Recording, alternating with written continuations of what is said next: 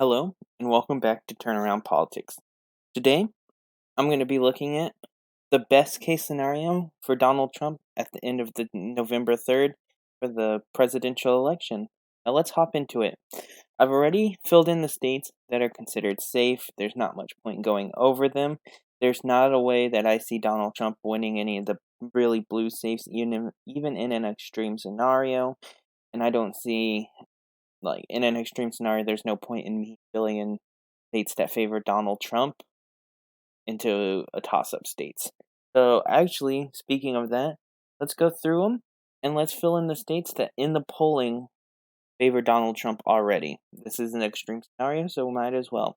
Texas, obviously, it's a toss-up state this election, but it's a plus 3.5, so easy. Missouri 6.4, Iowa 1.7, and Georgia with a sitting at a plus 1.1, and North Carolina sitting at a plus 0.6, very close, but however is not is still favoring Trump. That is all the states. However, the Maine's District 2 is also favoring Donald Trump. So let's fill that in real quick. Now let's start with the still considered toss-up states that are currently favoring Biden. Let's start down in Florida. Florida plus 5, very close to for the margin of error. I discussed in the last video how important margin of error there is. If you want to hear more about it, go watch my previous video about Biden's best case scenario. However, Florida plus 5, very heavily for Biden in this upcoming election. But there's still 2 months left in this election. Something like around 80 days left in this until the election. Plenty of time for Donald Trump to spend time in Florida. We all know that he loves Florida. He talks about it. He lives down there right now. His residency is in Florida. So it is a state that he very much will spend a lot of time in, which can really help him in this election. And I can easily say giving Donald Trump Florida in an extreme scenario, and even in not the most extreme scenario. I mean, I will make more videos about current polling later, but best polling comes right before the election, so we never know. But I do think it's easy to say in an extreme scenario, Florida could definitely go his way. Let's move over to Arizona. Arizona, sitting at a Biden plus 2, not a great lead for Biden. Then in an extreme situation for Donald Trump, easily give him Arizona. 11 electoral college votes, good. I mean, he probably will spend some time there. There's a Senate election. However, the senator there, the Martha McSally, is not super popular, even among Republicans. So it's going to be a little difficult. But she does tie her name to a lot of stuff that Donald Trump does. Could help him, could hurt him. 2 months, definitely enough time for Donald Trump to flip the script on Arizona. Now let's move up a little bit north to Nevada. Nevada's plus 4 to Biden. Realistically, I've already put out a video about how I think this will go. I think Nevada will go to Biden at the end of the day.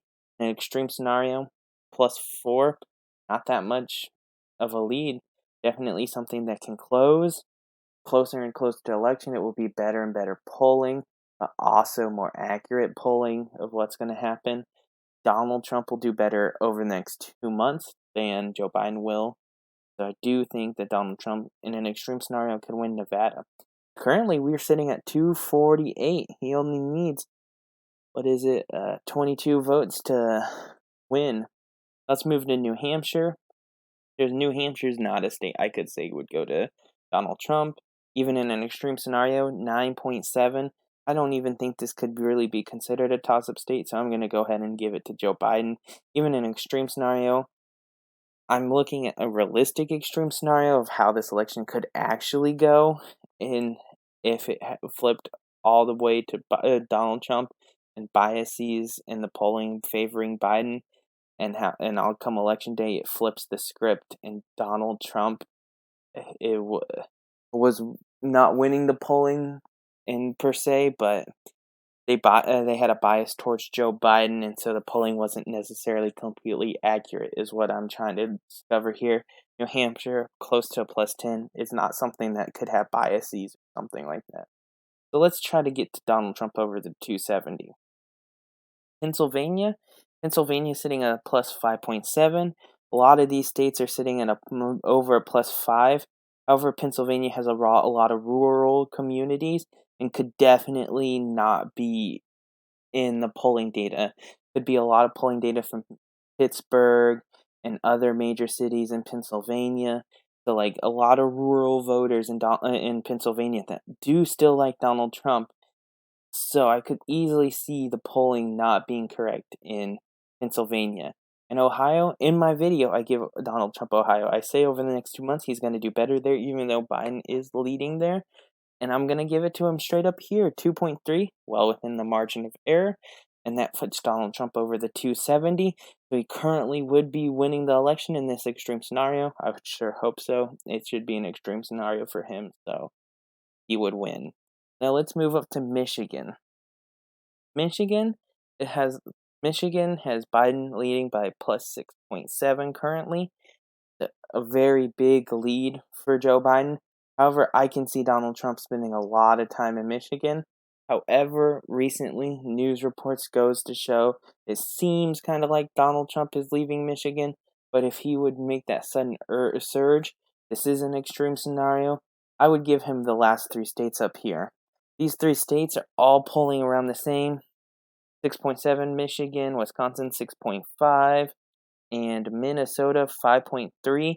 Minnesota is actually a really interesting state right now. They have a polling group called Trafalgar Group, who was the only, I think, really the only polling source that predicted Donald Trump win in Michigan.